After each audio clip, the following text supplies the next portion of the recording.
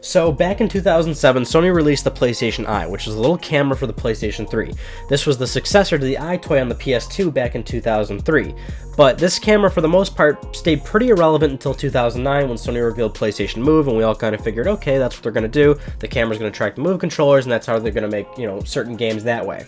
But from 2007 to 2009, there were very few games released specifically for this. It launched with Eye of Judgment. That was a full original card game. I actually did a video on that.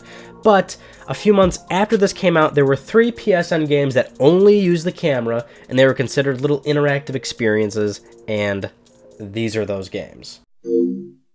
So the first game we're going to be looking at here is Aquatopia, and I'm sorry to disappoint you, but it is not about an underwater society. It's actually just a basic fish tank, and you can basically interact with the scene, which, I don't really have a huge problem with. I mean, all these games are actually $1.99, so they were relatively cheap, right? I mean, I feel like everybody's probably got $1 or $2 laying around in their pocket. Why not get a virtual fishbowl? But as a fish connoisseur myself, I must say, I got to bring up the menu right now, and we can take a look at our fish selection here. So it's cool, you get a little bit of options with the fish selection. Awesome. Why are we mixing saltwater fish with freshwater fish? This is not very good. Those fish are going to die in mere hours, and I'm sure if I left this running, these fish would absolutely perish. You can also see right now these neon tetras, which should not be in this tank with that lionfish or triggerfish, are following my my hand movements, which is pretty crude, but this is what we were doing in 2007. Hell, this is what we were doing in 2003, because actually the iToy, this is basically an iToy game from 2003. I mean, the iToy actually worked quite well from what I remember. Now, it's been a long time since I've played the iToy on PlayStation 2. I remember playing a lot of anti-grav, but I remember it working kind of well, and this is like essentially the same thing. You can see that there's a slight faded image of me in the back. I'm not sure how well it's going to show up on YouTube. I can take my finger here and kind of trickle out the water up top, which is pretty nice. Again, the neon tetra is very fascinated by my real life movement. You'll be also quite upset to find that neon tetras don't really do that in real life. In fact, if you want to have fish that actually do this, get some like African cichlids or something. They're actually pretty crazy with real people coming up to the tank and whatnot. They're very aggressive fish. You see the lionfish doesn't really have any... Like, he's pretty indifferent to me. He's looking at me right now, kind of. I guess in the reflection? Because fish do that too. They look at the reflection, the refraction of the glass and the light of your tank. I can... if you got to do a simple camera check, you do that right there. You think, okay, am I looking good? Kind of adjust a little bit. You don't want people to see things that they probably shouldn't be seeing, and you can get a gooder. Jesus Christ. You can get a better look at my room. Adjust some SFX volume. I mean, it's what you see is what you get, people. This is a simple Craigslist ad. You want an interactive fish tank, you've pretty much got it. What else can you really say about this? I mean, you could also leave it on in the background, but the thing is, if you've got this app back in 2007 and you're going to just leave your PS3 running arbitrarily for no reason, you probably should just turn on Folding at Home, which was an application to, produce computational data for I forget what university, but it was like it was a good app. People would often say, "Oh yeah, I'm curing cancer with my PS3." Well, you're donating the power of your PS3 to help university studies. And here we're just kind of like, I feel like this is the rich person's application. I'm not going to use Folding at Home. I'm going to keep my virtual fish tank running 24/7, and when my PS3 overheats, I shall buy a new one. Next up is Taiki Imake. Now, if you liked Aquatopia, you will be sorely disappointed with Taiki Imake. I think this is probably the worst of the 3 that we're going to be taking a look at here.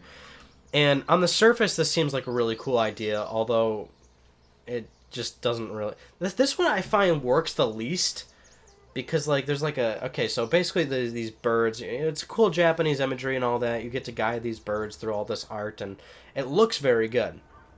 I find that the tracking doesn't work all that well. There's like a little stone or something that I'm carefully kind of moving around, and I say that carefully because I feel like the camera, because that stone is one object, but I've got 2 hands, so if you try to use both hands. I feel like the tracking often gets slipped up with what hand it's trying to follow.